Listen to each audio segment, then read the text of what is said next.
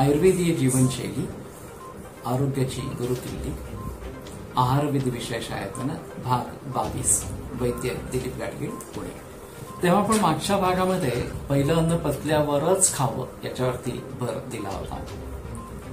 केवळ मला औषधं घ्यायची आहेत म्हणून खाणं योग्य नाही, असं डायबेटीस, थायरॉइडच्या गोळ्या किंवा इतर कुठल्याही गोळ्या खात असलेली लोक किंवा हृदरोगासाठी काहीतरी औषधं चालू असतात, खाल्ल्याशिवाय ही औषधं घ्यायची नसतात, रिकाम्यापोटी औषधं घ्यायची नसतात, त्यांनी त्रास होतो आणि म्हणून रोगासाठी औषध जरुरी आणि औषधासाठी खाणं जरुरी असं एक दुष्टचक्र त्यांच्यामध्ये निर्माण होतं. तर हे टाळायला हवं. जर खऱ्या अर्थाने भूक नसेल तर ब्रेकफास्ट घ्यायचाच नाही, फार तर ब्रंच किंवा लंच यांच्या वेळेला भूक लागली तर अन्न खायचं, नाहीतर मग रात्रीचं अन्न पण कमी करायचं आणि फक्त तिथं एखादं सूप घ्यायचं अशा स्वरूपाचं. तर हा नियम जर पाळला गेला तर बऱ्याचशा गोष्टी सुकर अशा स्वरूपाच्या होतात. पुढचा नियम आहे तो तन्मना भुंजीत अशा स्वरूपाचा. तन्मना म्हणजे तिकडे लक्ष देऊन जेवावं. आपण जेवणाचं कर्म करतो आहोत तर जेवणाकडेच पूर्ण लक्ष असायला हवं. दुर्दैवाने ही बाब माहिती नाही किंवा माहिती असली तरी त्याच्याकडे दुर्लक्ष सहजपणे केलं जातं. पुष्कळ वेळेला जेवणं ही टीव्ही समोर बसून केली जातं. मग टीव्हीवरती काहीतरी मॅच चालू असेल, एखादी सिरियल चालू असेल आणि आम्ही त्या भावनांमध्ये दंग अशा स्वरूपाचे असतो आणि इकडे एका बाजूला खाणं चालू असतं.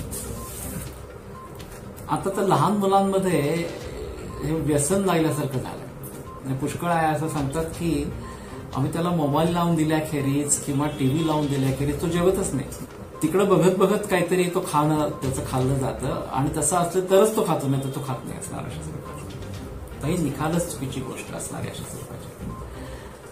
आणि ही सवय खरं तर आम्हीच लावलेली सवय असणारी अशा स्वरूपाची. तो खात नाही तर बाबा ठीक आहे, टीव्ही लावून द्या, मोबाईल लावून द्या आणि त्याला खाऊ देत असणार अशा स्वरूपाची. पण शेवटी भूक ही नैसर्गिक आहे.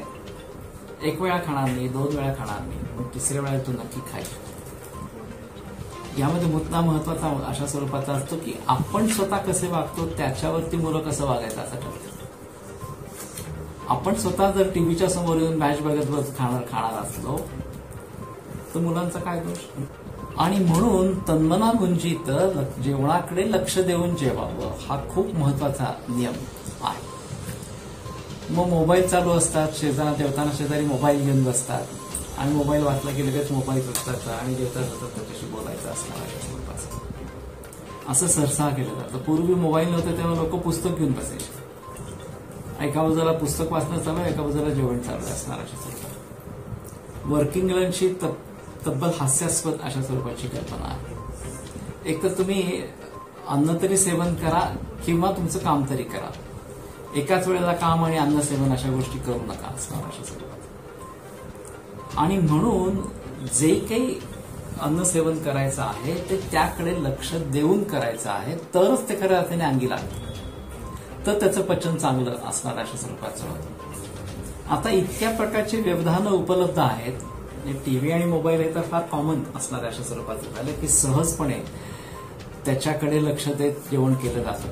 रेडिओ लावून जेवायचं असंही लोक करतात असणार अशा स्वरूपाचं.